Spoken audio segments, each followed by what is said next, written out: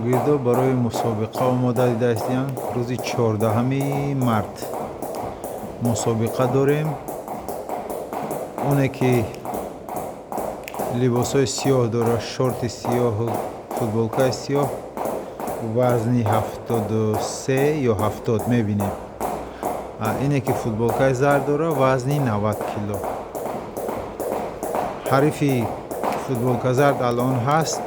ҳарифи футболка сиёҳша ба фирм ин ҳафтада маълум мешавад. рӯзи 14 март дар Германия. умедворем ки муваффақ мешем. мебинем хай ман муборизаҳоро чӣ мекунам, наворбардорӣ мекунам, ба шумо пешкаш мекунам. бози мо омода ҳастем барои соревнованӣ.